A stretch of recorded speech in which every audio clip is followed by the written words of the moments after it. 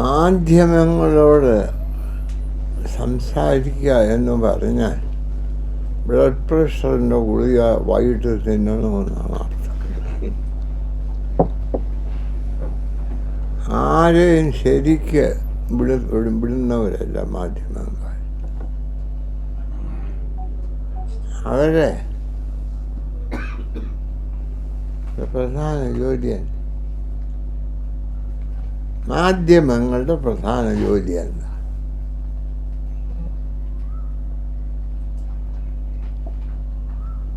നിങ്ങൾ മാധ്യമ പ്രവർത്തകരല്ലേ?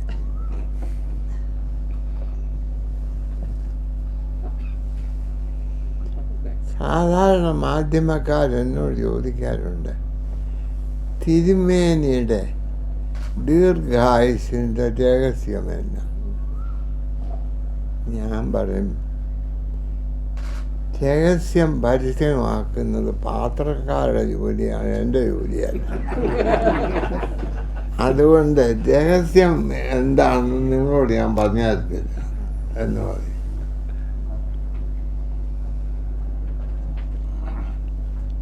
എന്നാൽ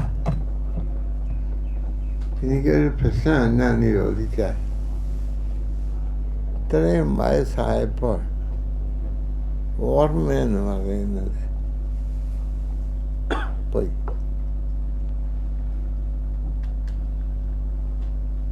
ഇപ്പോൾ നമ്മുടെ അഴീക്കോട് മാസ്റ്റർ അങ്ങനെ മരിച്ചു പോയതുകൊണ്ട് എൻ്റെ ഒരു സ്നേഹിതനായിരുന്നെന്ന് ധൈര്യമായി പറയാം.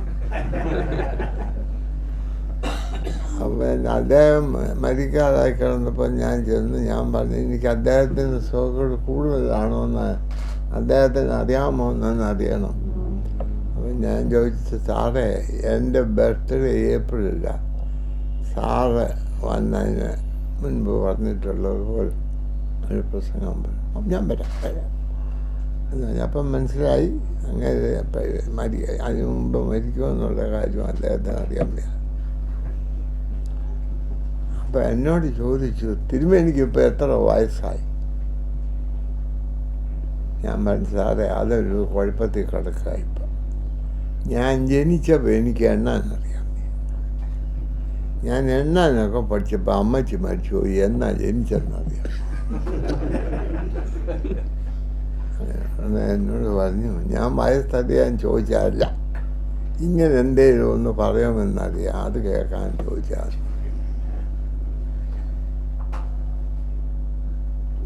ഈ മാധ്യമക്കാരുടെ ജോലി എന്നാണെന്ന് ഞാൻ ചോദിച്ചല്ലോ, അത് നിങ്ങൾ പറഞ്ഞു.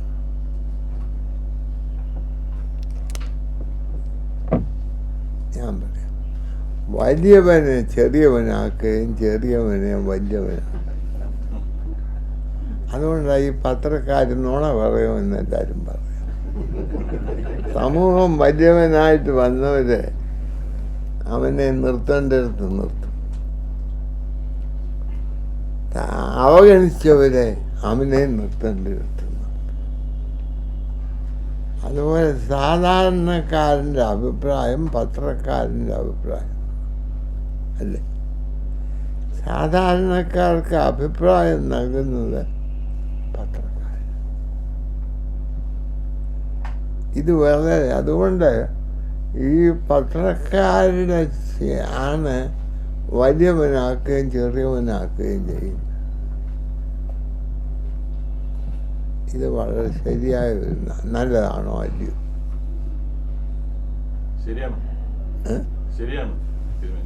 ശരിയാണ് എന്ന് വെച്ചാൽ നടന്മാരെ പറ്റി അവരെഴുതുന്ന ഈ പത്രക്കാർ പറയുന്നതാണ് അത് ശരിയാണെന്ന് പറയുമ്പോൾ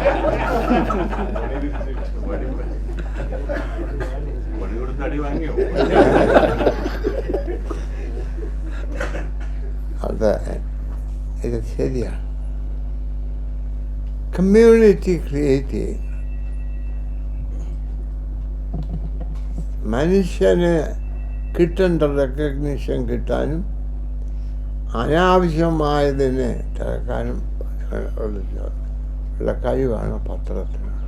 വെറും ന്യൂസ് പറയുക മാത്രമല്ല, ആ ന്യൂസ് അവർക്ക് ഇഷ്ടമുള്ള ആളിന് ഇഷ്ടമുള്ള രീതിയിൽ പൊതുജനങ്ങളുടെ മുമ്പിൽ സമർപ്പിക്കും.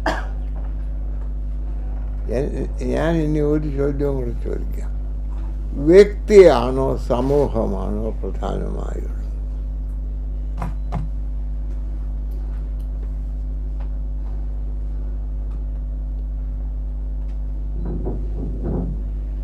നിങ്ങളുടെ അഭിപ്രായം?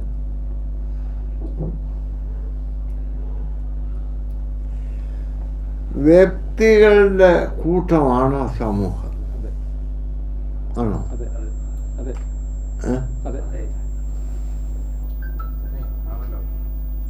മൂന്ന് നല്ല പിള്ളേരെ ഒരുമിച്ച് കൂട്ടിയിരുത്താമെങ്കിൽ അവർ തമ്മിൽ അടിയിടും.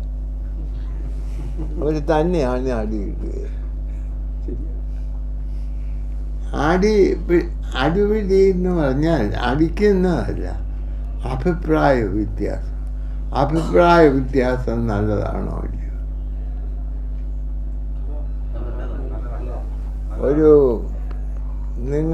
നിങ്ങളെല്ലാം കല്യാണം കഴിക്കുമ്പോൾ നിങ്ങളുടെ അഭിപ്രായക്കാരെയോ വ്യത്യസ്തമുള്ള അഭിപ്രായക്കാരെയോ കഴിക്കരുത്. അല്ലെങ്കിൽ ഞാൻ ചോദിക്കാം, ഈ ഇരിക്കുന്നതിൽ കല്യാണം കഴിച്ചതിൽ ഭാര്യയോട് വഴക്കിടാത്ത ആരെങ്കിലും ഉണ്ടോ? അല്ലെ ഭാര്യ നിങ്ങളോട് വഴക്കിടാത്ത ആരെങ്കിലും ഉണ്ടോ?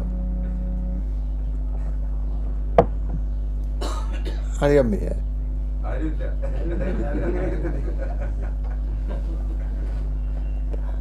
അതായത് വഴക്കിടാനാണ് കല്യാണം കഴിക്കുന്നത്. വഴക്കിടുക എന്ന് പറഞ്ഞാൽ തന്നെ ഞങ്ങള് സോണിയാഗാന്ധിയെ കാണാൻ പോയി. അപ്പം ഞാൻ പറഞ്ഞു, ഈ ഓപ്പോസിഷൻ എന്നുള്ള വാക്കിനോട് എനിക്ക് വളരെ ഇഷ്ടമില്ല. ഓപ്പോസിഷൻ എന്ന് പറഞ്ഞാൽ അവൻ പറയുന്നതിനെ എതിർക്കണം. ഒപ്പോസ്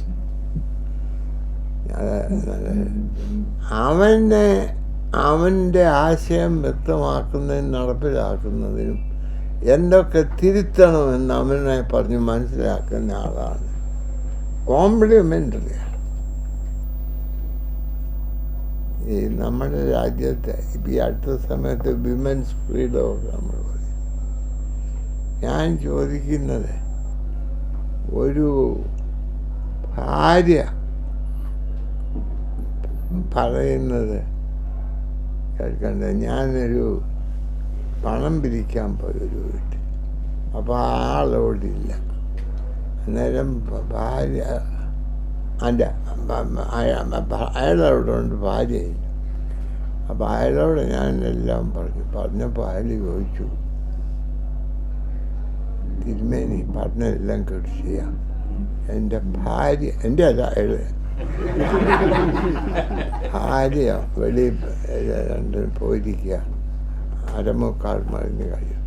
അവൾ വന്നിട്ട് ഞാൻ അവളോട് ആലോചിച്ച് ഒരു തുക തിരുമേനിയോട് പറയും എന്ന് പറഞ്ഞു. ഞങ്ങൾ പോയിട്ടെല്ലാം കൂടെ ഇറങ്ങി. ഞാൻ കാറെ കയറുന്നത് വന്യമനൊരു പെങ്കോന്തനാണല്ലോ എന്ന് പറഞ്ഞു. അതാ ഞങ്ങളുടെ കൂട്ടത്തിൽ ഒരുത്തൻ ചെന്ന്, ഒരു മാധ്യമക്കാരനായിരിക്കും, ചെന്ന് അയാളോട് പറഞ്ഞു.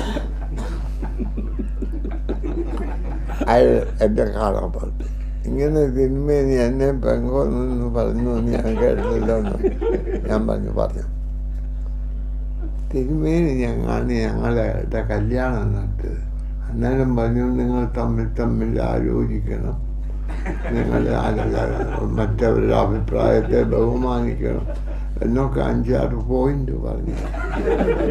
അതിൽ 2 പോയിന്റ് നടപ്പിലാക്കാൻ ഞാൻ നോക്കിയപ്പോൾ തിരുമേനി പറഞ്ഞു. അതായത് വ്യക്തിയാകുന്നത് ഏത് സമൂഹത്തിൽ പെടുന്നവരായിരിക്കും. അതിൻ്റെ കാര്യം വ്യക്തി എന്നും പറഞ്ഞ ഒരാളില്ല, സമൂഹം. ഞാൻ എൻ്റെ ഓരോ കാര്യങ്ങൾ വരുമ്പോൾ ഞാനിപ്പോൾ പറഞ്ഞു, അവൻ പറഞ്ഞ അവൻ പെൺകോന്തനാണല്ലോ എന്ന് പറഞ്ഞു. അവനെപ്പറ്റി അനുകൂലമായി അവൻ നല്ലൊരു തുകയാണ് തന്നതെങ്കിൽ പറയും, അവനെ സ്ത്രീകളെയും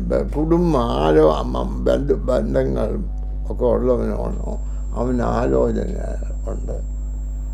അവൻ പറഞ്ഞു സമൂഹത്തിൻ്റെ ആലോചന, താൻ സ്വന്തം അഭിപ്രായം മാത്രമല്ല മറ്റുള്ളവരുടെ അഭിപ്രായം കൂടെ കേട്ട് നിങ്ങളുടെ അഭിപ്രായം ഉണ്ടാക്കണം, ഇല്ലേ? ഞാനൊരിക്കൽ പറഞ്ഞു, മനോരമ വായിക്കുന്നവരെല്ലാം ദേശാഭിമാനിയും കൂടെ വായിക്കണം. ദേശാഭിമാനി വായിക്കുന്നവരെല്ലാം മനോരമയും കൂടെ വായിക്കണം, ഇല്ലേ?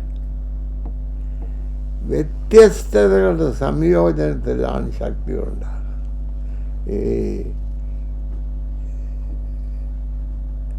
അതുകൊണ്ടാണ് ഈ ആണുങ്ങൾ പെണ്ണുങ്ങളെ കെട്ടുന്നത്.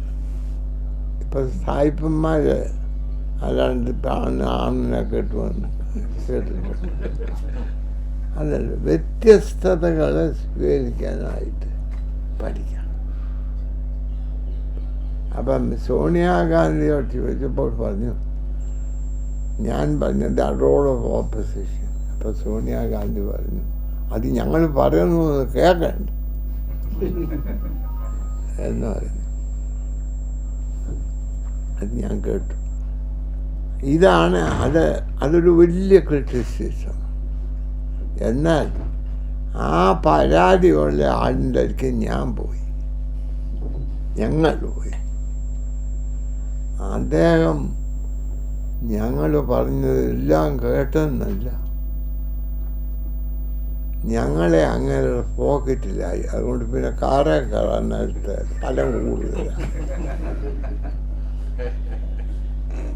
ഈ ഞങ്ങളുടെ കൂടെയുള്ള ഇതിൻ്റെ ആളുകളെയൊക്കെ വിളിച്ച് നിർത്തി അവരുടെ കയ്യെ പിടിച്ച് ഒക്കെ അവരെ പടമെടുത്തു.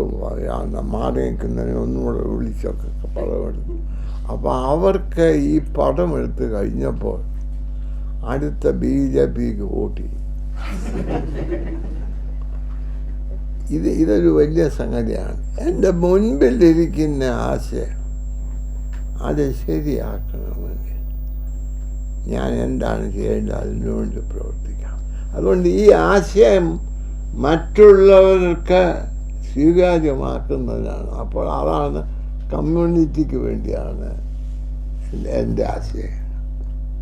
അതാണ് ഞാൻ പറഞ്ഞത്. അത് അതിന് സാധിക്കുന്നതാണ് മാധ്യമം. മധ്യേ നിൽക്കുന്നവരാണ് മാധ്യമക്കാർ. ഇനിയും നിങ്ങൾക്ക് എന്നോട് ചോദിക്കാം, ഞാൻ സ്കൂളിൽ പഠിക്കുമ്പോൾ എൻ്റെ സാറന്മാർ വലിയ പിടുത്തക്കാരാണ്, പക്ഷേ കാര്യമില്ല. സാറ് എനിക്കറിയാവുന്ന ചോദ്യം എൻ്റെ വലത്ത് വശത്തിരിക്കുന്നതിനോട് ചോദ്യം, എനിക്കറിയാൻ വയ്യാത്തത് എന്നോട്. ആദ്യം ഞാൻ പറഞ്ഞു, എൻ്റെ സാറ്, ഞാൻ ബിഷപ്പായപ്പോൾ എന്നെ പഠിപ്പിച്ച സാറിനോട് പറഞ്ഞു, സാറിന് എനിക്ക് വലിയ ഇഷ്ടമാണ്, സാറിനും ആരും മര്യാദയില്ല. സാഹിബിനോട് ഞാൻ ഇംഗ്ലീഷ് പറഞ്ഞാൽ എന്നെ പോകണം. എന്നെ പറഞ്ഞു, എനിക്കറിയാൻ വയ്യാത്ത ചോദ്യം എന്നോട് ചോദിച്ചാൽ അത് അവനോട് ചോദിക്കണം. എനിക്കറിയാവുന്നത് എന്തിനാ അവനോട് ചോദിക്കണം, എന്നോട് ചോദിക്കണം എന്ന് പറഞ്ഞു. അപ്പം എൻ്റെ സാറ് പറഞ്ഞു, അങ്ങനെ ഞാൻ ചോദിച്ചുകൊണ്ടായി വിളച്ചിൽ ഇപ്പോൾ പറയാൻ സാധിക്കുന്നത്. ശരിയാ. അതുകൊണ്ട് എനിക്ക് ഉത്തരം അറിയാവുന്ന ചോദ്യം നിങ്ങൾ ചോദിക്കണം.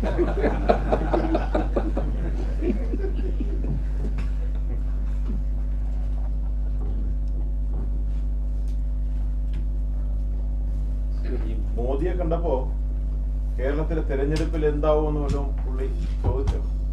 രുക്മിണിയുടെ അഭിപ്രായം എന്തെങ്കിലും? ഞാനൊരു ജ്യോതിഷനല്ല, ഞാനൊരു ഇപ്പം പറയേണ്ടത് എന്തോ ആകുമെന്ന് അത് ജ്യോതിഷനോട് ചോദിച്ചാൽ പറയും.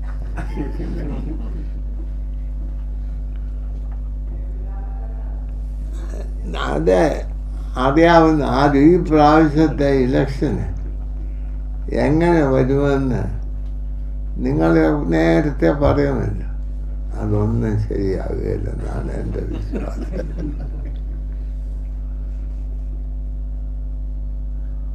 തിരുമേനി അങ്ങ് മോദിയെയും സോണിയാഗാന്ധിയെയും യെച്ചൂരിയെയും കണ്ടു. ഇത് മൂന്ന് ആരാണ് അല്ലെങ്കിൽ തിരുമേനിയെ കൂടുതൽ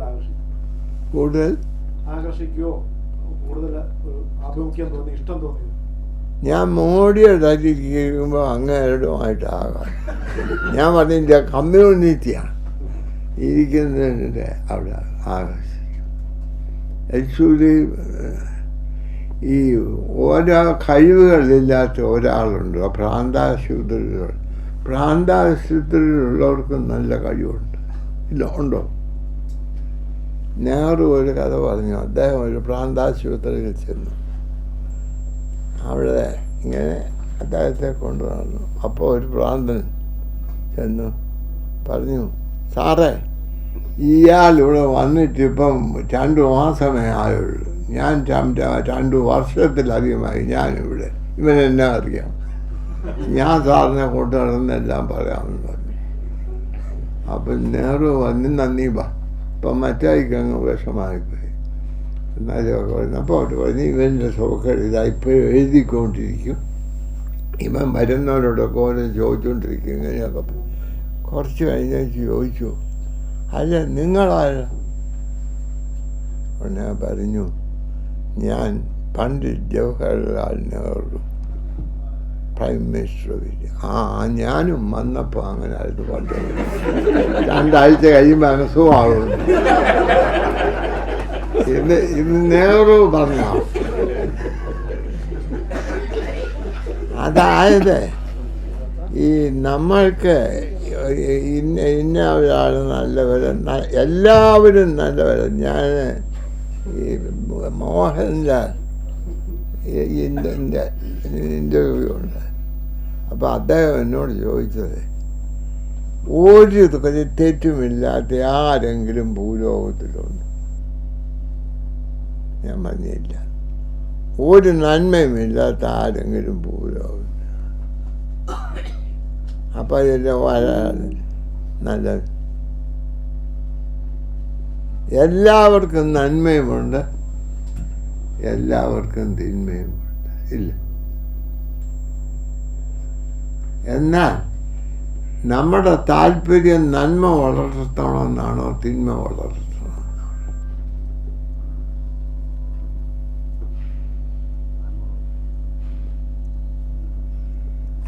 ഈ സിനിമാക്കാർ എൻ്റെ വലത്ത് വശത്തുമുണ്ട്, മുമ്പിലുമുണ്ട്. ഇവരുടെ പണിയല്ല.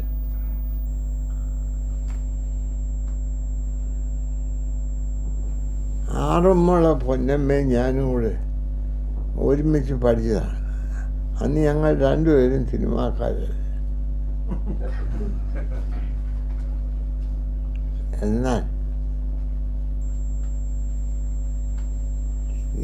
നമ്മൾ ചെയ്യുന്നത് എന്തെന്ന് വെച്ചാൽ എൻ്റെ ആശയം മറ്റുള്ളവർക്ക് വരികയും ആ ആശയത്തിലേക്ക് അവരെ കൊണ്ടുവരികയും ചെയ്യും.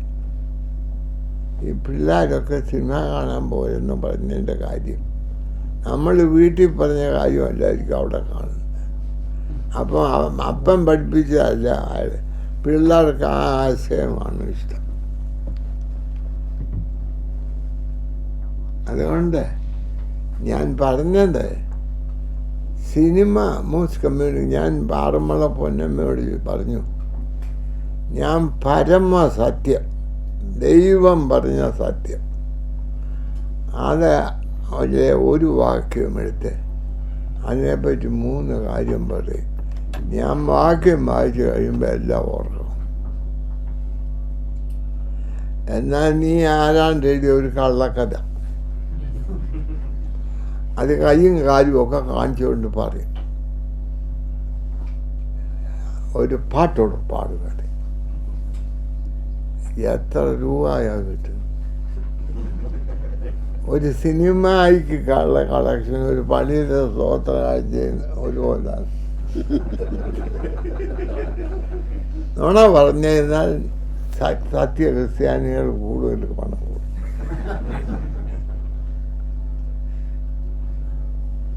അതുകൊണ്ട് ഈ ഇറ്റ് ഈസ് മോസ്റ്റ് ഇഫക്റ്റീവ്.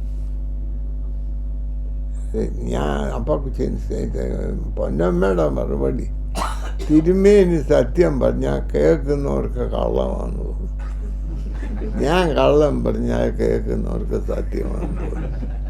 അതാണ് പൊന്നമ്മയ്ക്ക് എന്നെ പറ്റിയുള്ള അഭിപ്രായം. സത്യം കള്ളമാക്കുകയും കള്ളം സത്യമാക്കുകയും ചെയ്യുന്നു. അതുകൊണ്ട് കേരളത്തിൽ തെരഞ്ഞെടുപ്പ് നടക്കുന്ന സാഹചര്യത്തിൽ വോട്ടർമാരോട് പ്രത്യേകമായിട്ട് എന്തെങ്കിലും പറയാനുണ്ടോ? വോട്ടർമാരോട് ഉണ്ട്, ഞാൻ പറഞ്ഞിട്ടുണ്ട്. ഇപ്പം ഞാൻ BJP ഇപ്പോൾ ഞാൻ പറഞ്ഞുകൊണ്ട് നടക്കുന്നത് അല്ലേ, ഈ കേരളത്തിലുള്ള എല്ലാവരും മനുഷ്യർ. ഞാൻ 4ാം ക്ലാസ് വരെയൊക്കെ പഠിച്ച ആളാണ്. അപ്പോൾ ഈ 4ാം ക്ലാസ്സിൽ പഠിക്കുമ്പോൾ മനുഷ്യൻ്റെ അടിസ്ഥാന ആവശ്യം എന്താ എന്ന് പറയും. അടിസ്ഥാന ആവശ്യം എന്താണ്? വെള്ളം, വായു, ഭക്ഷണം, വിദ്യാഭ്യാസം, ആരോഗ്യം, ഇങ്ങനെ 8 കാര്യമായിട്ട് വേണം. ഇത് എല്ലാവർക്കും കിട്ടും. ഇത് മനുഷ്യൻ്റെ അടിസ്ഥാനമാണെങ്കിൽ ഇതവന് കിട്ടുന്നില്ലെങ്കിൽ അവൻ്റെ മനുഷ്യത്വത്തിൻ്റെ ഭാഗം പോയി. ഒരർത്ഥത്തിൽ പറഞ്ഞാൽ ഇത് അവിടെ വളരാൻ സഹായിക്കുന്നവരെല്ലാം കൊലപാതകരാണ്.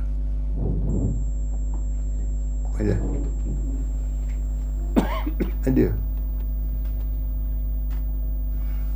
അവന് പക്ഷേ അതുകൊണ്ട് ഇവരോടൊക്കെ ഞാൻ പറയും, എൻ്റെ എനിക്ക് വോട്ടിനും കാൻഡിഡേറ്റിനും ഒക്കെ നിൽക്കുമ്പോൾ പ്രാർത്ഥിക്കാനും ഞാൻ പറയും, നമ്മുടെ രാജ്യത്ത് ഒരുത്തനും അടുത്ത 5 വർഷത്തിൻ്റെ ഉള്ളിൽ പട്ടിണി കിടക്കും. ഒരുത്തരും വീടില്ലാത്തവരായിരിക്കും. അപ്പോൾ ഇപ്പം ഞങ്ങൾ 3-4 പാർട്ടിക്കാരുമായി പാർട്ടിയിൽ ഞാൻ പറഞ്ഞു, ഇപ്രാവശ്യത്തെ ഇലക്ഷൻ കഴിയുമ്പോൾ ലീഡേഴ്സിനെ ഞാനൊന്ന് വിളിച്ചു കൂട്ടണം.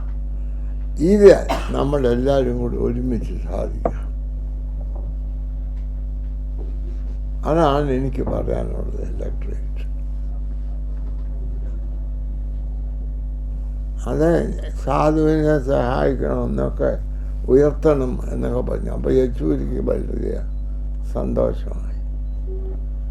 അപ്പോൾ ഞാൻ പറഞ്ഞു കൊടുക്കുക, അവസാനം പറഞ്ഞു, സാറിനോടൊരു കാര്യമുണ്ട്, സാറിങ്ങനെ മാർത്തവമായി ചേർന്ന ഒരു അച്ഛനാണോ.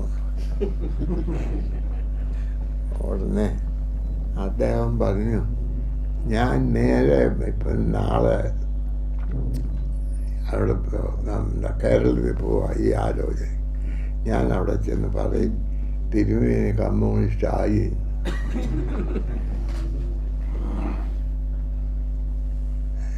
അതുകൊണ്ട് എനിക്ക് പറയാനുള്ള സംഗതി, എൻ്റെ താല്പര്യം എല്ലാ മനുഷ്യനും അടിസ്ഥാന ആവശ്യം കിട്ടും. എന്നാൽ ഇപ്പോൾ എല്ലാവർക്കും അടിസ്ഥാന ആവശ്യം ഈ നടന്മാർക്കൊക്കെ എന്നാ കാശുണ്ട്. എന്നാൽ എല്ലാ ആളുടെ കാശാണ്. നമ്മുടെ ഒന്നുമല്ല, പിള്ളേരുടെയും പാവപ്പെട്ടവൻ്റെയും ഒക്കെ കാശാണ്. ഞാനൊരു കോട്ടയത്ത് നിന്ന് ആലുവായിക്ക് പോകുമ്പോൾ കൂത്താട്ടടുത്ത് വെച്ച് എൻ്റെ കാറിൻ്റെ കാറ് പങ്ക്ചറായി. അത് കഴിയുമ്പോൾ ഞാൻ അവിടെ വെളിയിൽ ഇറങ്ങി നിന്നപ്പോൾ ഒരു നല്ല പാട്ട് കേൾക്കണം. നല്ല അത് ആ പാട്ടിൻ്റെ സോഴ്സ് ഞാൻ പോയി കണ്ടുപിടിച്ചപ്പോൾ ഒരു കൊച്ചു പയ്യൻ ഓല മറന്നുകൊണ്ടിരിക്കുക. അവൻ നല്ലൊരു പാട്ട് പാടി. ഞാൻ ചോദിച്ചു, കുഞ്ഞെ നീ ഈ പാട്ട് എവിടെ നിന്ന് പഠിച്ചു? ഇപ്പോൾ ഇവിടെ ഓടുന്ന സിനിമയിൽ നിന്ന് പഠിച്ചു. ഞാൻ 3 പ്രാവശ്യം പോയി കണ്ടു ആ പാട്ട് പഠിക്കാൻ. അപ്പോൾ അവനെ അത് കാണാൻ പോകാൻ പാടില്ല. അവന് ഓലമടയ. ഓലമടന്ന് കിട്ടുന്ന പണം സിനിമാക്കാരൻ്റെ കാറ് വിറ്റ് പുതിയൊരു കാറ് വാങ്ങിക്കാനാണ് ഇവൻ ഓലമട. അല്ലേ? അവിടെയാണ് കമ്മ്യൂണിറ്റി. നമ്മൾ പറയുന്നത് സാധുക്കളെ സഹായിക്കണം. സാധുക്കൾ എന്ന് പറയുന്ന ഒരാളാ. ഞാനൊരു പള്ളിയിൽ ചെന്നാൽ സ്വതന്ത്രരാജ്യമൊക്കെ എടുക്കും. അത് എന്തെങ്കിലും ഒരു പ്രോജക്റ്റിന് പണം കളക്ട് ചെയ്യും. തരുന്നത് വല്യമ്മയും പട്ടിണിക്കാരനും ഒക്കെ. ആ കമ്മ്യൂണിറ്റി, അതായത് എൻ്റെ ആശയം നടപ്പിലാക്കാൻ തരും. ഞാൻ ഒരു പറയുന്നത്, ഞാനൊരു അച്ഛനും കൂടെ ഇടവകയിൽ മീറ്റിംഗ് കഴിഞ്ഞ് അങ്ങോട്ട് പോകുന്നു. അപ്പോൾ അച്ഛൻ പറഞ്ഞു, ഈ കെട്ടിടത്തിൽ ഈ കുടിലിൽ താമസിക്കുന്ന ഇടവകയിലെ ഒരു അംഗമാണ് എന്ന് പറഞ്ഞു. അത് വളരെ മോശം ഒരു കെട്ടിടം. അപ്പം ഞാൻ പറഞ്ഞു, നമുക്ക് അവിടെ ഒന്ന് കയറാം. ഓ, അച്ഛൻ പറഞ്ഞു ഇപ്പം അതൊന്നും വേണ്ട എന്നൊക്കെ പറഞ്ഞു. ഞങ്ങളവിടെ കയറി. അവിടെ ആ ഭർത്താവ് ജോലിക്ക് പോയിരിക്കുക, ആ സ്ത്രീയും ഒരു ചെറിയ കുഞ്ഞുമാണ്. അവിടെ ചെന്നൊക്കെ ഞാൻ കുറച്ച് ചോദിച്ചു. ഞാൻ പറഞ്ഞു നമുക്കൊന്ന് പ്രാർത്ഥിക്കാം. ഉടനെ അവർ പറഞ്ഞു, അയ്യോ, ഒരു തിരുമേനി എൻ്റെ വീട്ടിൽ വരുമെന്ന് ഞാൻ വിചാരിച്ചിട്ടില്ല, ഞാൻ ആഗ്രഹിച്ചിട്ടുമില്ല. എന്നാൽ ഇന്ന് വന്ന് തിരുമേനി സ്വല്പം ചായയോ കാപ്പിയോ കുടിക്കണം. ഞാൻ പറഞ്ഞു അത് വേണ്ട, ഇതൊക്കെ അവർ തന്നു.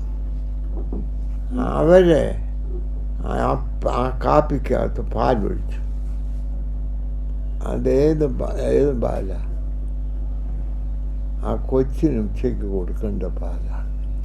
അതൊരു 10-50 ദിവസമായി കാണും. അത് എനിക്ക് തന്നാൽ ആ കൊച്ചിന് ഉച്ചയ്ക്ക് ഇതില്ല. അപ്പോൾ ഞാൻ കുടിച്ചതാണ്. 50 ദിവസം ആകാത്ത കുഞ്ഞിന് എൻ്റെ ഉച്ചയ്ക്ക് ഭക്ഷണം അടിച്ചോണ്ട് പോകുന്ന ആളാണ്. അല്ലേ?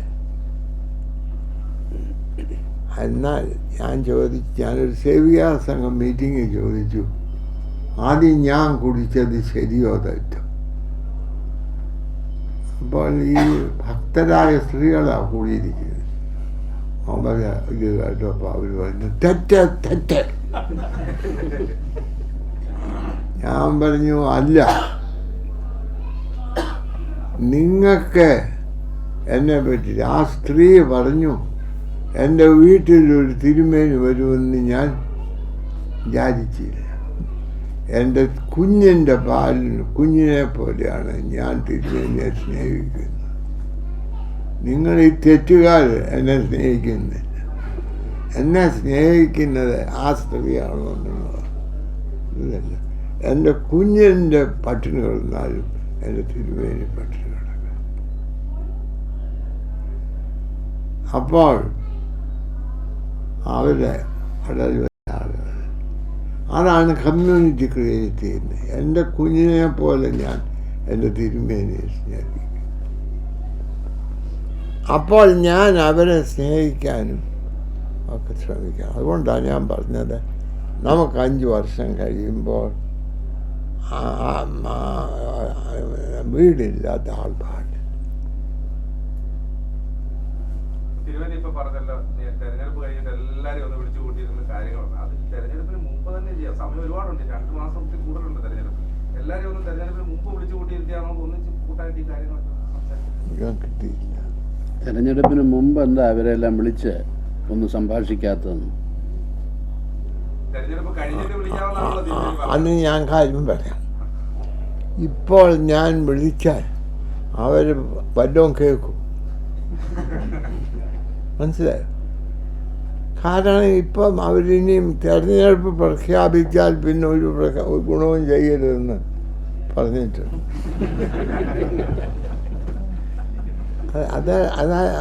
അതുകൊണ്ടാണ് അത് കഴിഞ്ഞിട്ട് വന്ന് ശാന്തമായി ചെയ്യുക. ഇപ്പോൾ ഓരോരുത്തർക്ക് ഇത് കിട്ടണമെന്നുള്ളതാണ് ഉദ്ദേശം. അപ്പോൾ അവർ ചുമ്മാ അതോരോ ഇവരിട്ടൊക്കെ പറയും. തിരുമേനിയുടെ ഉള്ളിൽ ഒരു രാഷ്ട്രീയമുണ്ടോ?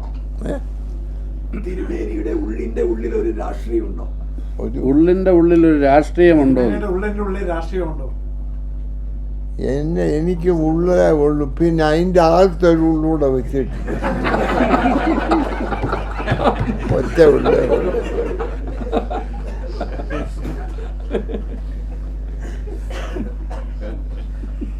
രാഷ്ട്രീയമില്ലാത്ത ആരുമില്ല. ഉണ്ടോ? എല്ലാവർക്കും ഒരു നമ്മുടെ ആക്ഷൻസിലെല്ലാം രാഷ്ട്രീയമുണ്ട്. അതുകൊണ്ടാണ് ഞാനൊരു പാർട്ടി മെമ്പറാകാം. ഏത് പാർട്ടിയുടെ ആശയങ്ങളിലാണ് ഞാൻ യോജിക്കുന്നത്, അല്ലാതെ പാർട്ടിയോടല്ല യോജിക്കുന്നത്. അവർ പറയുന്നത് പൊതു നന്മയ്ക്ക് ഉള്ളതെന്നാണ് അതിൻ്റെ കൂടെ കൂടും. ആദ്യമായി വോട്ട് ചെയ്യാൻ പോയത് ഓർമ്മയുണ്ടോ? ആദ്യമായി വോട്ട് ചെയ്യാൻ പോയത് എത്ര തവണ വോട്ട് ചെയ്തിട്ടുണ്ടെന്നുള്ളത് ഓർമ്മയുണ്ടോ? അതെല്ലാം ഇപ്പോൾ ഓർമ്മയൊന്നും ശരിയായിട്ടില്ലാത്ത ആദ്യത്തെ കാര്യം ചോദിച്ചാൽ അതുപോലെ എത്ര പ്രാവശ്യം വോട്ട് ചെയ്തെന്നൊന്നും മറക്കാൻ പറ്റാത്ത ഒരു വോട്ടിംഗ് ദിവസം, മറക്കാൻ പറ്റാത്ത ഒരു വോട്ടിംഗ് ദിവസം പറയാം. മറക്കാൻ പാടില്ലാത്ത അല്ലാതെ മറന്നത് പറയാൻ നോക്കും. ഈ ഞാൻ കോട്ടയത്ത് താമസിക്കുമ്പോൾ കമ്മ്യൂണിസ്റ്റുകാരെന്തൊക്കെയോ അടുത്ത ഇലക്ഷൻ ഉണ്ട്. ഉടനെ എന്നോട് പറഞ്ഞു, തിരുമേനി ഞങ്ങൾ കമ്മ്യൂണിസ്റ്റുകാർക്ക് വോട്ട് ചെയ്യരുത്, അതുകൊണ്ട് ഞങ്ങൾക്ക് വോട്ട് ചെയ്യണമെന്ന് ഞാൻ പറയുന്നില്ല. എന്നാൽ തിരുമേനിയോട് ഞങ്ങൾക്കൊരപേക്ഷയുണ്ട്, തിരുമേനി വോട്ടിന് പോകണ്ട. കാരണം തിരുമേനി പോയാൽ കോൺഗ്രസ്സുകാരനാണ് വോട്ട് ചെയ്യും. ഞാൻ പറഞ്ഞു അത് നല്ലതാണ്, സ്വീകരിക്കാം. ഉടനെ ഞാൻ പറഞ്ഞ് കഴിഞ്ഞ 3 പ്രാവശ്യം ഞാൻ വോട്ട് ചെയ്തു, 3 വോട്ട് അതിന് മുമ്പ് 3 ഞാൻ വോട്ട് ചെയ്തതെന്ന് തോറ്റു. അപ്പോൾ അവർ അഭിപ്രായം മാറ്റി തിരുമേനി പോയി തിരുമേനി പോയി കോൺഗ്രസിന് വോട്ട് ചെയ്യണമെന്ന് പറഞ്ഞു. ഞാൻ കോൺഗ്രസിന് വോട്ട് ചെയ്താലും ജയിക്കുകയും ചെയ്തു.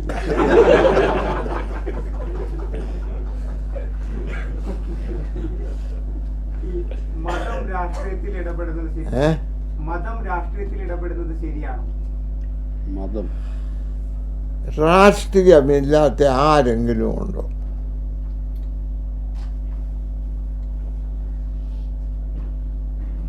ഉണ്ടോ? നിങ്ങളുടെ പത്രത്തിൽ ഇന്നയാള് ബസ് കയറി മരിച്ചു എന്ന് പറയുന്ന രാഷ്ട്രീയമാണ്. നിങ്ങളുടെ പത്രപ്രവർത്തകരിൽ ഒരുത്തൻ്റെ കാറ് കയറി മരിച്ചാൽ നിങ്ങൾ അവിടെ ഒരാൾ ആക്സിഡൻറ്റിൽ മരിച്ചു എന്ന് എഴുതും. അല്ല എഴുതും അവിടുത്തെ മറ്റേ പ്രവർത്തകൻ്റെ മകൻ കള്ളും കുടിച്ചു വന്ന് കാർ ഓടിച്ച് ഇവനെ കൊന്നു. നിങ്ങളുടെ കൂട്ടരാണെങ്കിൽ എഴുതും അവൻ മരിച്ചു 15-ാം തീയതി. രാഷ്ട്രീയമല്ലേ? പക്ഷെ ചില തിരുമേനിമാരും ബിഷപ്പുമാരും ഒക്കെ ഈ പരസ്യമായ രാഷ്ട്രീയ പ്രസ്താവനകൾ നടത്തുന്നത് ശരിയാണ്. അതിലിടപെടുകയും ചില തിരുമേനിമാരും ഒക്കെ പരസ്യമായ രാഷ്ട്രീയ പ്രസ്താവനകളൊക്കെ നടത്തുന്നത് ശരിയാണോ? തിരുമേനിമാർ മനുഷ്യരായിട്ടിരിക്കണോ വേണ്ടായോ? രാഷ്ട്രീയമെല്ലാം അതായത് രാഷ്ട്രീയക്കാരനെന്നും പറഞ്ഞ് ഒരുത്തമുണ്ട്. ഈ രാഷ്ട്രീയത്തിൽ നേതൃത്വം നൽകുന്നത് ഇപ്പോൾ സിനിമാക്കാർ, ചില സിനിമാക്കാർ അവർക്ക് വഴിയെ വാനൊക്കെയില്ല. ആളുകളെല്ലാം മറ്റൊരുത്തൻ ചെന്ന് കയറിയാൽ പോലും തിരിഞ്ഞു നോക്കുകയില്ല. ഇല്ലേ? അതുകൊണ്ട് രാഷ്ട്രീയത്തിൽ നിന്ന് ഒരുത്തനും ഒഴിഞ്ഞു നിൽക്കാൻ നോക്കുകയില്ല. എന്നാൽ ഒരു ബിഷപ്പ് അയോഗ്യനായ ഒരു കാൻഡിഡേറ്റിനെ വരത്തക്കവണ്ണം സപ്പോർട്ട് എഴുതുന്നത് ശരിയല്ല.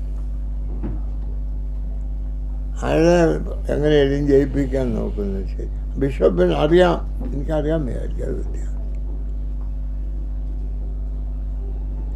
ഞാൻ തിയോളജി പഠിച്ചത് ബാംഗ്ലൂരിലാണ്. അന്ന് ഈ ഇൻഡിപെൻഡൻസ് കിട്ടിയിട്ടില്ല. അപ്പോൾ അന്ന് ഈ ഗ്രാജുവേറ്റ്സിനെല്ലാം വോട്ടുണ്ട്. ഞങ്ങളുടെ കോളേജിൽ എല്ലാവർക്കും ഗ്രാജുവേറ്റ്സ്. അപ്പം ഞങ്ങളുടെ കോൺഗ്രസ്സുകാരനും കാൻഡിഡേറ്റ് നിൽക്കുന്നവരുണ്ട്. അപ്പം ഞങ്ങളുടെ സെക്രട്ടറി പറഞ്ഞു, മറ്റേത് BJP ആണ്, ഞങ്ങളാരും BJPക്ക് വോട്ട് ചെയ്യില്ല, നീ പോയിക്കോ, ഞങ്ങളെല്ലാം നിനക്ക് ചെയ്യുമെന്ന് പറഞ്ഞു വിട്ടു. ഇലക്ഷൻ ഡേറ്റായി വന്നു. അപ്പോൾ അയാൾ കാർ അയച്ചു തന്നു ഈ ഞങ്ങളുടെ കോൺഗ്രസ്സുകാർ. അപ്പം ഞങ്ങളുടെ കുറേ പിള്ളേരും ഞങ്ങളുടെ സാറുമാരും കാറൊക്കെ കയറി. അവർ പറഞ്ഞ് നമ്മുടെ വോട്ട് നമ്മളെ അതിന് കാറ് ഒന്നും വേണം. ഞാൻ പറഞ്ഞു സാറിന് കാറുണ്ട്, സാറിന് കാറൊക്കെ എനിക്കിപ്പോൾ കാറൊക്കെ ഒരവസരം കിട്ടിയതാണ്. വളരെ കുറച്ച് നടന്നാൽ മതി, ഞാൻ കാറല്ല എന്ന് പറഞ്ഞു. പക്ഷേ കാർ ഇങ്ങനെ കറങ്ങിയൊക്കെ വേണം വരാൻ. നേരെ ഇങ്ങനെ ഞങ്ങൾ ചെല്ലുന്നതിന് മുമ്പേ അവരെല്ലായിടത്തും ഇരുന്നു. ഞാൻ ചെന്നപ്പോൾ സ്ഥലമില്ല. അവർ പറഞ്ഞ് കാറെ കയറി ഒന്ന് നിലത്തിരുന്നോളാൻ പറഞ്ഞു. ഞാൻ പറഞ്ഞത് ആ മറ്റേടത്ത് എന്ത് ബെഞ്ച് കിടക്കുന്നു, ഞാൻ പാർട്ടി മാറിയിരിക്കുന്നു, ഞാൻ അവിടെ അവിടെ പോയിരുന്നു. ഉടനെ അയാൾ വന്ന് നാടിക്കാൻ വെള്ളമൊക്കെ ഉണ്ട്. അതിക്ക് സന്തോഷമായി. ഇവരിപ്പോഴും ഇരിക്കാൻ കിട്ടാഞ്ഞോണ്ട് അയാൾ അയച്ചോട് കൂടി നാടിക്കാൻ വെള്ളമൊക്കെ കിട്ടാൻ ഞാൻ വാങ്ങിച്ചു കുടിച്ചു. അപ്പോഴത്തേക്ക് ആ മറ്റേ കാൻഡിഡേറ്റ് ഇത് കണ്ടപ്പോൾ ചെന്ന് ഞങ്ങളുടെ സെക്രട്ടറിയോട് പറഞ്ഞ്, ഇവൻ മാറി, ഞാൻ എങ്ങനെ സാറിയോ കൊടുക്കുക, നിങ്ങളല്ലേ ഒന്ന് മാറിക്കൊടുക്കുക, അല്ലേ അവനിപ്പോൾ എതിരെ വോട്ട് ചെയ്യും. അപ്പം ഞങ്ങളുടെ സെക്രട്ടറി പറഞ്ഞ് പേടിക്കണ്ട, അവന് നാളെ ഞാൻ വെള്ളം കുടിച്ചു തന്നെ ഉള്ളൂ, അവൻ തനിക്കേ വോട്ട് ചെയ്യുള്ളൂ. ഞാൻ ഞങ്ങൾക്ക് പോയി വോട്ട് ചെയ്തു. കൊടുക്കുക. ഇലക്ഷൻ വന്നപ്പോൾ ഞാൻ മറ്റേ ജയിച്ചു. ഇവർ വോട്ട് ചെയ്തല്ലെന്നിട്ട് പോയി. അപ്പം ഞാൻ അയാളുടെ ബെഞ്ചിലും ഒക്കെ പോയിരുന്ന് ഇവനോട് പറഞ്ഞിട്ടും നീയൊക്കെ പോയി ഞാൻ എൻ്റെ കാര്യം നോക്കുമെന്ന് പറഞ്ഞ് അയാളോട് കൂടി. അപ്പം പുള്ളി എന്നെ എപ്പോൾ കണ്ടാലും നമസ്കരിക്കും. അപ്പം ഞങ്ങളുടെ പിള്ളേർ പറഞ്ഞ് ചതിച്ചവനെ അവൻ നമസ്കരിക്കും, പരമാർത്ഥിയെ നോക്കിയാൽ നോക്കുപോലും. അങ്ങനെ ഒരു അത് ഞാനൊരു ദോഷവും ചെയ്തില്ല, ഞാൻ അയക്ക് വോട്ട് ചെയ്തില്ല, അയക്ക് വോട്ട് ചെയ്യാമെന്ന് പറഞ്ഞില്ല, അയാൾ എന്നോട് വോട്ട് ചോദിച്ചതുമില്ല. എന്നാലും ചതിച്ചു ഇല്ല. അപ്പം അങ്ങനെ ഈ വോട്ടിൽ ചതിവ് കൊണ്ടാണ് ഞാൻ തുടങ്ങിയത്. അതുകൊണ്ടാണ് ബിഷപ്പായത്.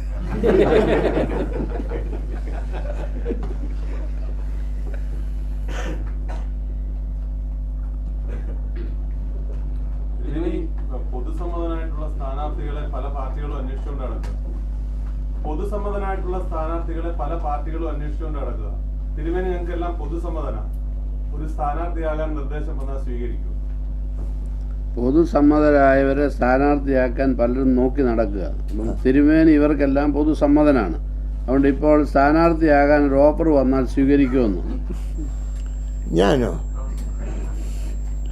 അതായത് ഞങ്ങളുടെ അവിടെ സാധു സുന്ദർ സിംഗ് എന്ന് പറയുന്ന ഒരാൾ മാരാമണ്ണ് കൺവെൻഷന്. അങ്ങർക്ക് ഇംഗ്ലീഷ് മനസ്സിലാകും, പക്ഷെ ഇംഗ്ലീഷ് ഇപ്പം സംസാരിക്കാൻ പ്രയാസം. അന്ന് ഞങ്ങളുടെ അവിടെ ആർക്കും ഹിന്ദി അറിയാൻ വയ്യ, അങ്ങനെയൊക്കെ ഹിന്ദി അറിയാം. അപ്പം അയാൾ പ്രസംഗിക്കുക അങ്ങനെ പറയും, ആദ്യമേ കാര്യം ഹിന്ദി അറിയാവുന്ന ഒരുത്തരും അവിടെ ഇതിൻ്റെ നടത്തിപ്പുകാരില്ല എന്ന് പറഞ്ഞതുപോലെ രാഷ്ട്രീയത്തിൽ ആളുകളെ നയിക്കാൻ ഇവിടെ ഒരു വേദപുസ്തകത്തിലെ ഒരു വാക്ക് കൊടുത്ത് ചൗന് ആൾ ഉറങ്ങാത്ത പോലെ പ്രസംഗിക്കാൻ വയ്യാത്തവൻ അവൻ കയറി ഈ രാഷ്ട്രീയത്തിൽ ഒരു ആളായാൽ അപ്പം അങ്ങനെ എന്നെ ആക്കിയാൽ എന്തോ വരും.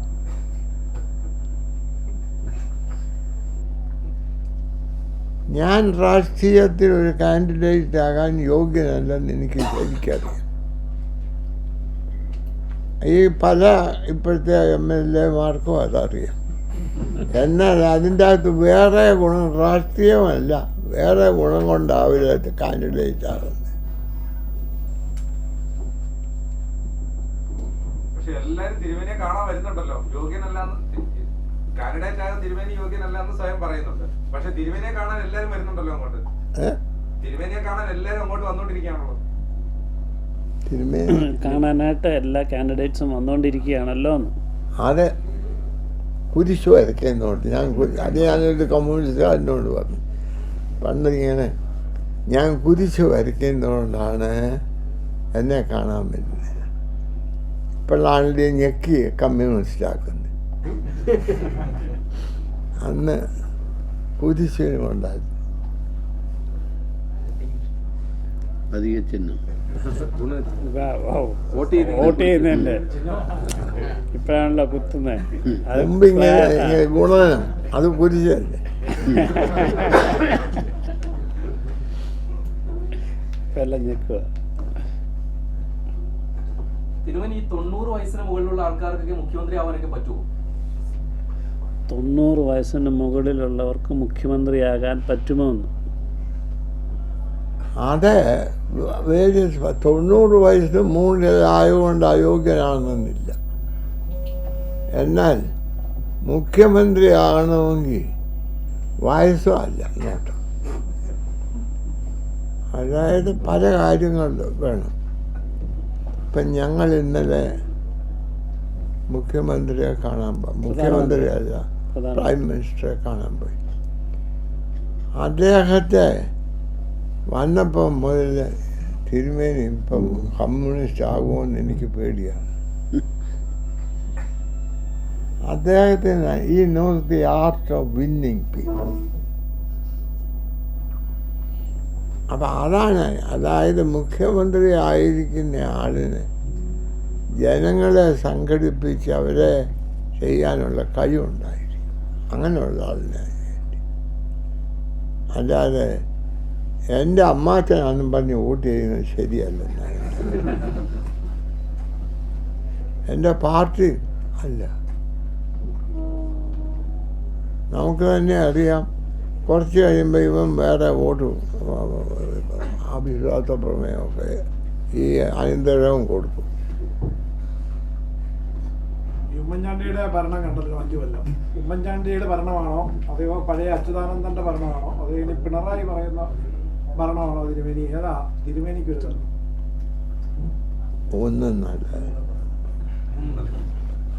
ഇവരാരെ സമൂഹത്തിൽ സഹായം ആവശ്യമുള്ള ആളുകളെ അവർക്ക് സഹായം ലഭ്യരാക്കി കൊടുത്തു. അവരുടെ സഹായം ഇവർ സ്വീകരിച്ചതല്ലാതെ ഇവർ വല്ലവരുടെയും യഥാർത്ഥമായി സഹായിച്ചു. നല്ല ഭരണം നടത്തിയ മുഖ്യമന്ത്രിമാർ ആരെങ്കിലും ഉണ്ടായിരുന്നു ഇതുവരെ? നല്ല ഭരണം നടത്തിയ മുഖ്യമന്ത്രിമാർ ആരെങ്കിലും ഇതുവരെ ഉണ്ടായിട്ടുണ്ടോന്ന്? ഉണ്ട് ഉണ്ട് ഉണ്ട്. എൻ്റെ നല്ലതെന്ന് പറഞ്ഞാൽ ഇപ്പം ഞങ്ങളുടെ ഒരു സാറുണ്ട്, ഞങ്ങളെ അടിയും ദിവസവും. ആ സാറിൻ്റെ അടി കൊള്ളാത്ത ദിവസമില്ല. എൻ്റെ വീട്ടിൽ ചെന്ന് പറയുമ്പോൾ അമ്മച്ചി പറയും ആ തമ്പി എന്നെ ഒരു ഉഴപ്പനാ സാറേ സാറട്ടിക്കണം. അപ്പോൾ ഒരു കപ്പ് കാപ്പി കിട്ടും. എന്നെ അടിച്ചു എന്ന് പറഞ്ഞു. എന്ന് പറഞ്ഞ പോലെ നന്മ മാത്രം ചെയ്ത ആളുകളില്ല. എന്നാൽ ഉണ്ട്. ഞാൻ പറയാം ഈ അച്യുതമേനോൻ ഇല്ലേ, അതുപോലെ നമ്പൂതിരിപ്പാട്, പിന്നെ മദ്രാസ് ഗവർണറായ ഒരു ചീഫ് മിനിസ്റ്റർ ഉണ്ടായിരുന്നു. എറണാകുളത്തിന് പോകുന്ന വഴിക്ക് അദ്ദേഹത്തിൻ്റെ ആന്റണി അല്ല വേറെ ഒരു മന്ത്രി ഉണ്ടായിരുന്നു. അങ്ങനെ മദ്രാസിലെ ഗവർണറായി.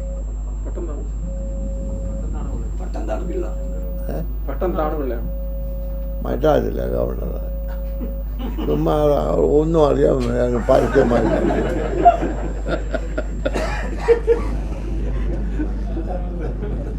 ജോൺ എന്ന് വെച്ചോ അങ്ങനെ. ജോൺ എ ജെ ജോൺ എറണാകുളത്തിന് പോകുന്ന വഴിക്കാവും. തലയോലപ്പുറം. അദ്ദേഹം നല്ല ആളായിരുന്നു.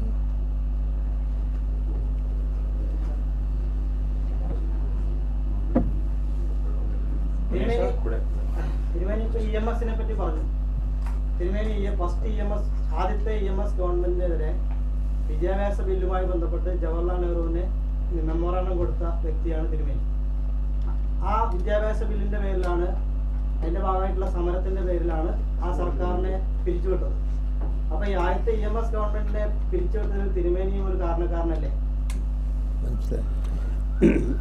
EMS മിനിസ്ട്രിയിലെ എഡ്യൂക്കേഷൻ ബില്ലിന് എന്നായിട്ട് പ്രൈം മിനിസ്റ്ററിന് ഇത് കൊടുത്തത് തിരുമേനിയാണ്. അപ്പം അത് ഡിസ്മിസ് ചെയ്യാനായിട്ടുള്ള സമരത്തിൻ്റെ ഭാഗമായിരുന്നില്ലേ തിരുമേനിയും എന്നുണ്ട് എൻ്റെ റെസ്പോൺസിബിൾ പേഴ്സൺ.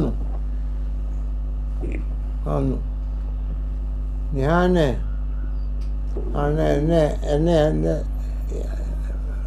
ഇത് കൊടുക്കാനായിട്ട് പ്രൈം മിനിസ്റ്റർ നെഹ്റുവിന് ഞാൻ കൊടുത്തു. അദ്ദേഹം സ്വീകരിച്ചു. അതെ, ഈ എഡ്യൂക്കേഷനിൽ പോളിറ്റിക്സ് പിള്ളേർ കൊണ്ടുവരുന്നതിന് കേസ് അവിടെ പ്രാർത്ഥിക്കാൻ പാടില്ല. അതായത് ഒരു റിലീജിയസ് ഒരു പാർട്ടിയുടെ കാര്യം അതുകൊണ്ട് ആരും പ്രാർത്ഥിക്കാം അങ്ങനെ പറയുന്നത് ശരിയല്ല എന്ന് ഞാൻ വിശ്വസിക്കുന്നു. അതില്ല. അതുകൊണ്ട് എൻ്റെ അഭിപ്രായപ്രകാരം കുട്ടികൾക്കുള്ള സ്വാതന്ത്ര്യവും കുട്ടികളുടെ ഭാവി നയിക്കുന്നതിനും വിപരീതമായിട്ടാണ് ഇത് നടത്തുന്നത്.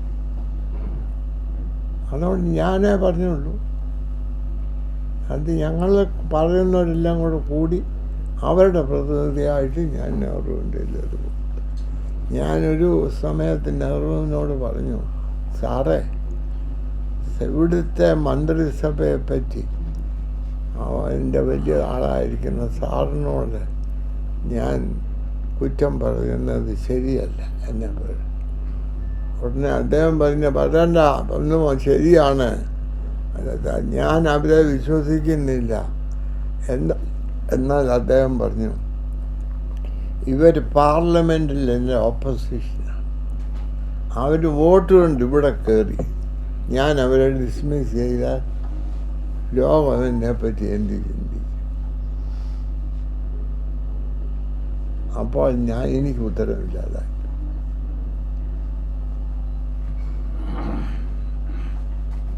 മനസ്സിലായല്ലോ ഞാൻ പറഞ്ഞു. ഇതേ കാരണത്തിന്റെ പേരിൽ ഒരു സർക്കാരിനെ പിരിച്ചുവിട്ടത് ശരിയാണോ?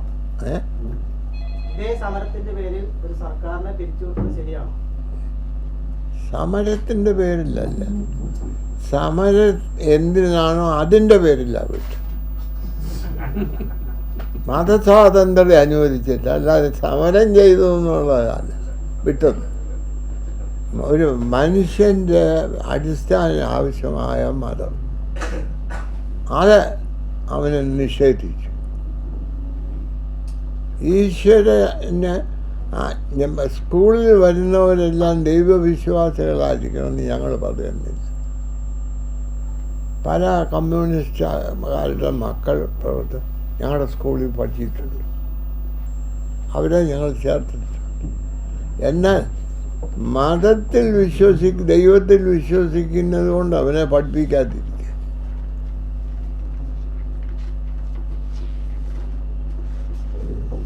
ഒരു ചോദ്യത്തിൽ ഈ ഇപ്പോഴത്തെ സമൂഹത്തില് ഈ ആത്മീയത എന്ന് പറയുന്ന ആ ഒരു കാര്യത്തെ അത്രയും ജനങ്ങൾക്ക് അറിയാതെ പോകുന്ന ഒരു സംഭവമാണ്. എന്താണ് ശരിക്കും ആത്മീയത? ആത്മീയത എന്ന് പറഞ്ഞാൽ എൻ്റെ അയൽക്കാരന് ദൈവം സ്നേഹിക്കുന്നത് പോലെ ഞാൻ സ്നേഹിക്കാം. കർത്താവ് പറഞ്ഞു, നിന്റെ ദൈവമായ കർത്താവിനെ പൂർണ്ണ ഹൃദയത്തോടുകൂടി സ്നേഹിക്കാം, നിന്റെ അയൽക്കാരനെ നിന്നെ പോലെ സ്നേഹിക്കും. എൻ്റെ അയൽക്കാരനെ എന്നെ പോലെ സ്നേഹിക്കണമെങ്കിൽ ദൈവത്തിൻ്റെ സ്നേഹം എനിക്ക് വേണം. അതാണ് അവന് ഞാൻ അവൻ്റെ കഷ്ടത എൻ്റെ കഷ്ടതയായി കാണും. ഈ ആത്മീയതയിൽ അധിഷ്ഠിതമായ ഒരു രാഷ്ട്രീയം ആവശ്യമല്ല നമുക്ക്. മൂല്യങ്ങളുള്ള രാഷ്ട്രീയം എന്ന് പറഞ്ഞാൽ how should I behave in politics. ചില മൂല്യങ്ങൾ കൊണ്ടുവരാൻ വേണ്ടിയിട്ടുള്ള ഈ ആത്മീയതയുടെ ഒരു അടിസ്ഥാനപരമായ ഒരു സന്ദേശം എന്ന് പറയുന്നത് മൂല്യങ്ങൾ എന്ന് പറയുന്നത് സ്നേഹം എന്ന് പറഞ്ഞാൽ തന്നെ എൻ്റെ സഹോദരൻ എൻ്റെ അയൽവാസികൾക്ക് ആണ്ടിൽ മകൻ ഒരു മാസത്തെ ഫീസ് ഞാൻ കൊടുക്കും. സ്നേഹമാണ്. 10 മാസം അവനെങ്ങനെ ഫീസ് കൊടുക്കും? അവന് മനസ്സിലായില്ല. അതായത് പാൽപ്പായസം കൊടുത്ത് അവനങ്ങോട്ട് കുടിക്കാൻ തുടങ്ങി കുട്ടി പറ്റിക്കൊണ്ട് പോയിരുന്ന പണിയാണ്. ഞാൻ പറഞ്ഞത് മനസ്സിലായി. 1 മാസത്തെ ഫീസ് കൊടുത്ത് പള്ളിക്കൂടത്തിൽ പഠിക്കാൻ നോക്കും. അവനെ പഠിപ്പിക്കണമെന്ന് വിചാരിക്കുകയാണെങ്കിൽ നീ 10 മാസത്തെ ഫീസും കൊടുക്കണം. അതാണ് എൻ്റെ ധർമ്മം. ഇവിടെ ഒരു ചോദ്യം. തിരുമേനി ദൈവത്തെ കണ്ടിട്ടുണ്ടോ? ദൈവത്തെ കണ്ടിട്ടുണ്ടോ എന്ന് ദൈവത്തെ കണ്ടെത്തേണ്ട കാര്യമില്ല. ദൈവമില്ലാത്ത ആരുമില്ല. ഇല്ലെന്ന് പറഞ്ഞാൽ PT പുന്നൂസ് കേട്ടിട്ടുണ്ടോ? എൻ്റെ ഇവിടെ പഠിച്ച ആളാണ്. അയാളെ കോടതി തിരിച്ചപ്പോൾ വക്കീൽ ചോദിച്ചു, താൻ ദൈവത്തിൽ വിശ്വസിക്കുന്നു? അവൻ പറഞ്ഞില്ല.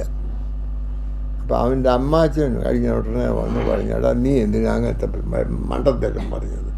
നീ പറയണ്ട, അതിന് തന്നോട് ഉത്തരം പറയണ്ടായില്ല, താനിക്ക് എന്തിനാ കാര്യം എന്നുവല്ലോ ചോദിക്കേണ്ടതിന് പകരം എന്ന് പറഞ്ഞു. ഉടനെ അവൻ അമ്മാച്ചനോട് ചോദിച്ചു, അച്ചായ ഞാൻ അച്ചായനോട് ചോദിക്കട്ടെ, ഞാൻ പറഞ്ഞാൽ ദൈവം ഇല്ലാതാകും?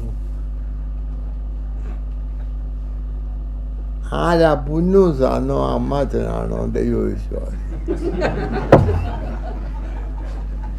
പുന്നൂസ് അമ്മാച്ചൻ പറഞ്ഞു നീ ദൈവമില്ലെന്ന് പറഞ്ഞാൽ ദൈവം ഇല്ലാതായിപ്പോവും. അവൻ ദൈവവിശ്വാസാന്ന് പറഞ്ഞിരിക്കുക അമ്മാച്ചൻ. പുന്നൂസ് പറഞ്ഞ് ഞാൻ പറഞ്ഞാൽ ഒന്നും ഭരിക്കാൻ പോകും, ദൈവം അതുപോലെ ഇരിക്കും. മനസ്സിലാകുന്നു. അതുകൊണ്ട് ഈ വിശ്വാസം അതൊക്കെ തിരുമേനി നേരത്തെ പറഞ്ഞു ഇവിടെ പ്രധാനമന്ത്രിക്ക് ആർട്ട് ഓഫ് വിന്നിംഗ് പീപ്പിൾ എന്നുള്ള ഗുണമുണ്ടെന്ന്. കേരളത്തിലും ഇതുപോലെ ജനങ്ങളെ ആർട്ട് ഓഫ് വിന്നിംഗ് പീപ്പിൾ എന്ന് പറഞ്ഞല്ലോ പ്രധാനമന്ത്രിയെ കുറിച്ച്. കേരളത്തിൽ അത് ഫലിക്കുമെന്ന് തോന്നുന്നുണ്ടോ? അത് ഫലിക്കുമെന്ന് ഫലിക്കും. ഇന്ന് പല രാഷ്ട്രീയ നേതാക്കന്മാരും എൻ്റെ ഒരു വോട്ടിന് വേണ്ടിയായി എന്നെ സ്നേഹിക്കുന്നു. എന്നോടുള്ള കാര്യത്തിൽ എന്നെ ഉപയോഗിക്കണം. ഇപ്പോൾ എൻ്റെ കൂടെ എനിക്ക് ഭക്ഷണം വെച്ച് തരുന്നൊരു കൊച്ചിനുണ്ട്. അവൻ പോയാൽ വേറൊരുത്തനെ കിട്ടാൻ പ്രയാസമാണ്. അപ്പോൾ അവൻ പോകുമെന്നൊക്കെ കാണിക്കുമ്പോൾ ഞാൻ വഴിപ്പെടും പുതിയ കണ്ടീഷൻ കമ്പിളി വാങ്ങിച്ചാൽ മനസ്സിലായി. അവന് സ്നേഹമില്ല. അവന് കമ്പിളി വാങ്ങിച്ചു കൊടുക്കുന്നത് വലിയ ചൂടുള്ള കാലത്താണ്.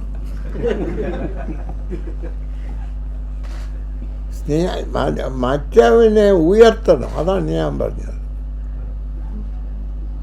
അടിസ്ഥാന ആവശ്യം എല്ലാവർക്കും കിട്ടത്തക്കവണ്ണം സഭ പ്രവർത്തിക്കുന്നില്ലെങ്കിൽ അത് സഭയല്ലെന്നാണ് എൻ്റെ വിശ്വാസം. ഈ 5 പേർക്ക് 50 രൂപ വീതം കൊടുത്തു വെച്ച് ഞാൻ അങ്ങനെ കൊടുത്തു എന്നൊക്കെ പറഞ്ഞ് അവനെയും കൊണ്ട് നടന്ന് എക്സിബിറ്റ് ചെയ്ത് അവരുടെ ആൾക്കത്ത് അധപ്പതിപ്പിക്കുന്നതൊന്നും ഞാൻ യോജിക്കുന്നില്ല.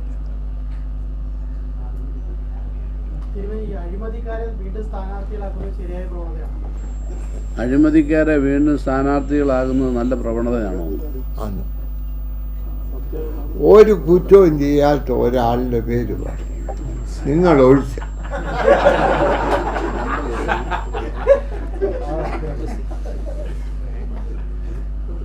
അപ്പോൾ അങ്ങനെ ഒരു കുറ്റവും ഇല്ലാത്ത ആളിനെ നോക്കിയാൽ ജീവിക്കാനോ?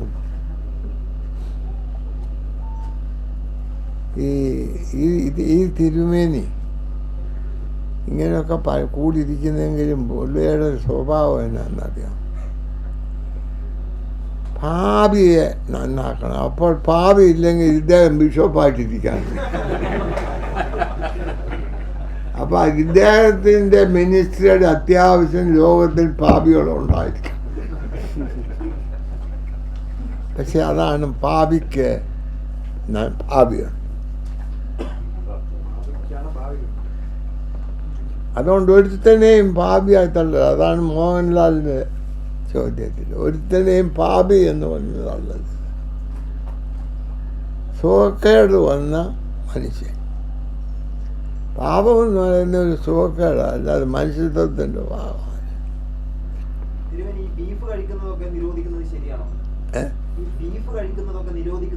ബീഫ് കഴിക്കുന്നത് നിരോധിക്കുന്നത് ശരിയാണോ എന്ന്?